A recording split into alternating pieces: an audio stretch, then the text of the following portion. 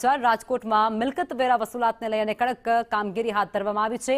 બાકી વેરા વસૂલાત માટે હોર્ડિંગ્સ બોર્ડ લગાવવામાં આવ્યા છે। મિલકત ધારકોના નળ કનેક્શન કાપી નાખવાની ચીમકી ઉચ્ચારવામાં આવી છે, જેમાં બાલ ભવન ચોક રેસકોર્સ વિસ્તારની અંદર બોર્ડ લગાવવામાં આવ્યા છે। મનપા કચેરી સહિતના સ્થળો પર અત્યારે હોર્ડિંગ્સ લગાવી દેવામાં આવ્યા છે। મિલકત જપ્તી સીલિંગ સુધીના કડક પગલાંની પણ ચેતવણી અપાઈ છે, જ્યારે મનપાએ વેરો વસૂલ કરવા માટે કડક કામગીરી હવે હાથ ધરી છે। એન્ડિંગ નજીક આવી રહ્યો છે અને મહાપાલિકા ખાલી તિજોરીને ભરવા માટે વેરાધારકો પાસેથી મિલકત વેરાની કડક ઉઘરાણી કરવા જઈ રહ્યું છે।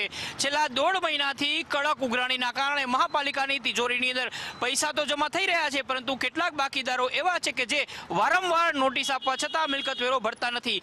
આવા નાગરિકોને સમજાવવા માટે આ પ્રકારના હોર્ડિંગ બોર્ડ લગાડીને મહાપાલિકા એ નાગરિકોને ચેતવણી આપી રહી છે કે જો તમે તમારો મિલકત વેરો નહીં ભરો તો તમારા નળ ડ્રેનેજ કનેક્શન છે તે કાપી નાખવામાં આવશે, મિલકતોને સીલ કરવામાં આવશે, જપ્તી અને હરાજી સુધીના આકરા પગલાં છે એ પણ મહાપાલિકા લેશે।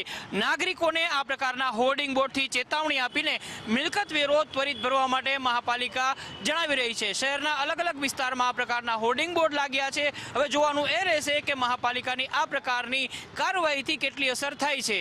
કેમેરામેન માધવ ભટ્ટ સાથે મયુર સોની, સંદેશ ન્યૂઝ।